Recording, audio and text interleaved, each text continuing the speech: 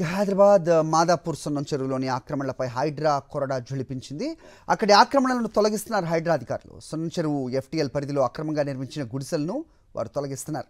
చెరువుల పునరుద్ధరణలో భాగంగా సున్నం చెరువును 10 కోట్ల రూపాయలతో అభివృద్ధి చేస్తోంది హైడ్రా. ఇందులో భాగంగా చెరువు సమీపంలో అక్రమంగా వేసిన బోర్ మోటార్లను తొలగించింది.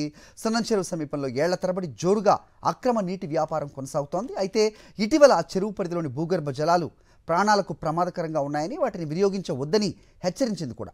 ఈ క్రమంలోనే సున్నం చెరువులో ఆక్రమణలను తొలగిస్తున్నారు హైడ్రా అధికారులు.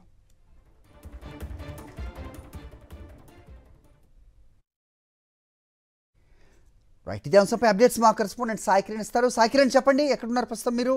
ఏం చెప్తున్నారు హైడ్రా అధికారులు?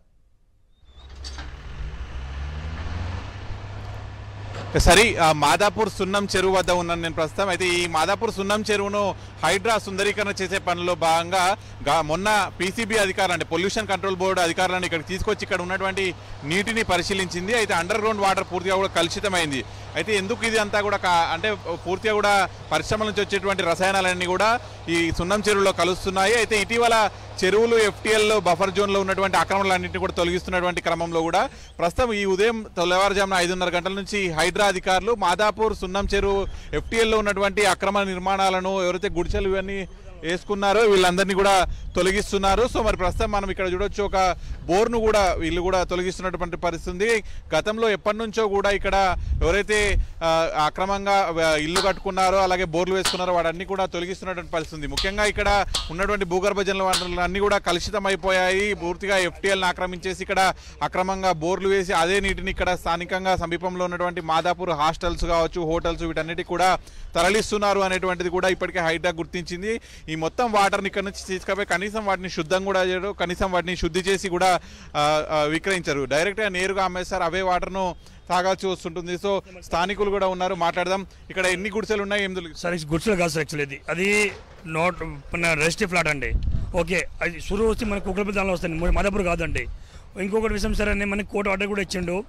Survey number 12 and survey number 13 FTL కాదు. ఎఫ్టీఎల్ కానీ ఎందుకు హైడ్రా అధికారులు కూలుస్తారు సార్? అదే నేను చూపిస్తాను సార్, కోర్టు ఆర్డర్ కూడా చూపిస్తాను. అడిగారా అధికారులు? సార్ కోర్టు సంబంధం చెప్తున్నాను, కోర్టు నాకు సంబంధం లేదు చెప్తున్నాను, అంతే సార్. ఏం మాట్లాడుతుంది మళ్ళీ కోర్టులో పోయి మాట్లాడుతుంది చెప్తాను. ఏముంది, ఇల్లు ఉందా? నాది ఇది సార్ పలకొట్టింది సార్. ఆల్రెడీ నేను నాది ఎల్ఆర్స్ ఉన్నాయి, ఈఎల్సీ ఉన్నాయి. మళ్ళీ గవర్నమెంట్ చెరువు పక్కనే కనిపిస్తుంది కదా బఫర్ జోన్. సార్ చెరువు ఇక్కడ ఉంది సార్, ఇక్కడ 80 రోడ్ ఉంది సార్. నేపల్ కూడా 80 రోడ్ ఉంది సార్. 2 ఎకరాల చెరువు మొత్తం దగ్గరికి వచ్చింది సార్. నేషనల్ కోర్టులో 15 ఎకర్ 3 గుంట ఉన్నాయి. నేషనల్ 2022లో గవర్నమెంట్ ఇచ్చింది. మళ్ళీ 32 ఎకరాలు అట్లా వచ్చింది సార్. అది అయితే కొంతమంది స్థానికులు ఉన్నారో వాళ్ళు 32 ఎకరాలది కాదు, అది 15 ఎకరాల చెరువు అని అంటున్నారు.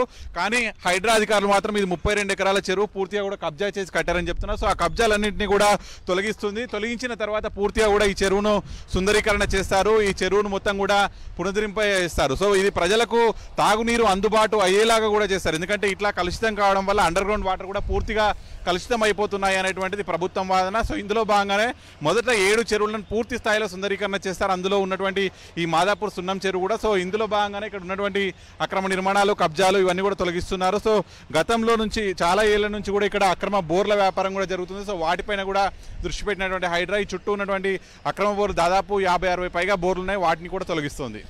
ఇక హైదరాబాద్ మాదాపూర్ సున్నం చెరువులోని ఆక్రమణలపై హైడ్రా కొరడా ఝుళిపించింది. అక్కడి ఆక్రమణలను తొలగిస్తున్నారు హైడ్రా అధికారులు. సున్నం చెరువు ఎఫ్టీఎల్ పరిధిలో అక్రమంగా నిర్మించిన గుడిసెలను తొలగిస్తున్నారు. చెరువుల పునరుద్ధరణలో భాగంగా సున్నం చెరువును 10 కోట్ల రూపాయలతో అభివృద్ధి చేస్తోంది హైడ్రా. ఇందులో భాగంగా చెరువు సమీపంలో అక్రమంగా వేసిన బోరు మోటార్లను తొలగించింది. సున్నం చెరువు సమీపంలో ఏళ్ల తరబడి జోరుగా అక్రమ నీటి వ్యాపారం కొనసాగుతోంది. అయితే ఇటీవల ఆ చెరువు పరిధిలోని భూగర్భ జలాలు ప్రాణాలకు ప్రమాదకరంగా ఉన్నాయని, వాటిని వినియోగించవద్దని హెచ్చరించింది. ఈ క్రమంలోనే సున్నం చెరువులో ఆక్రమణలను తొలగిస్తున్నారు హైడ్రా అధికారులు.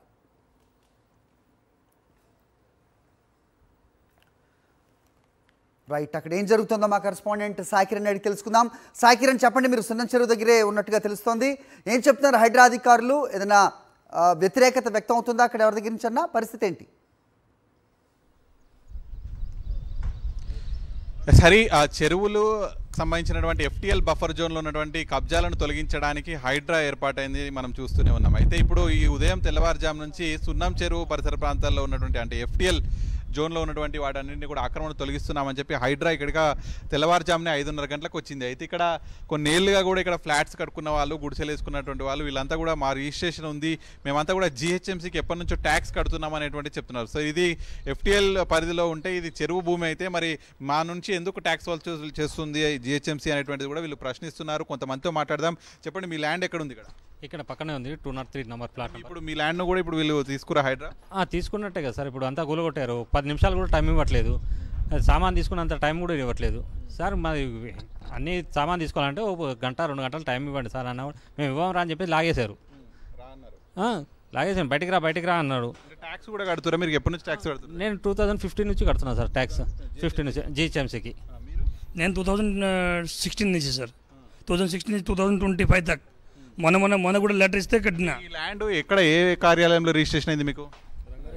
Rangareddy district sir, Prashant Nagar Rangareddy district registration అయింది సార్. క్లియర్గా రిజిస్ట్రేషన్ యాక్చువల్లీ ఇది స్టేట్ కోఆపరేటివ్ సొసైటీ, గవర్నమెంట్ సంస్థ. ఇది వాళ్ళు ఇదంతా రిటైర్డ్ ఎంప్లాయ్ కలిపి లేఅవుట్ చేసింది. ఇది లేఅవుట్ చేసింది అంటున్నారు, మేము కొనుక్కున్నాం అంటున్నారు. మరి మేము జిహెచ్ఎంసీకి ఒకవైపు ట్యాక్సులు కడుతుంటే మరి హైడ్రా వచ్చి ఏ విధంగా కూలగొడుతుంది ఇక్కడ అనేటువంటిది ఇక్కడ స్థానికులు ప్రశ్నిస్తున్నారు. హైడ్రా మాత్రం చెరువును సుందరీకరణలో భాగంగా ఇక్కడ ఇవన్నీ కూడా కూల్ చేస్తున్నాం అనేటువంటిది హైడ్రా చెప్తుంది. మరి హైడ్రాకు జిహెచ్ఎంసీకి మధ్యలో సమన్వయం లేదా, మరి ఇక్కడ ఉన్నటువంటి స్థానికులంతా కూడా ఈ భూములు కోల్పోవాల్సి వస్తుంది అనేటువంటి వర్షన్ ఇక్కడ ఉన్నటువంటి స్థానికులు చెప్తున్నారు. హరి, ఓకే సాయి.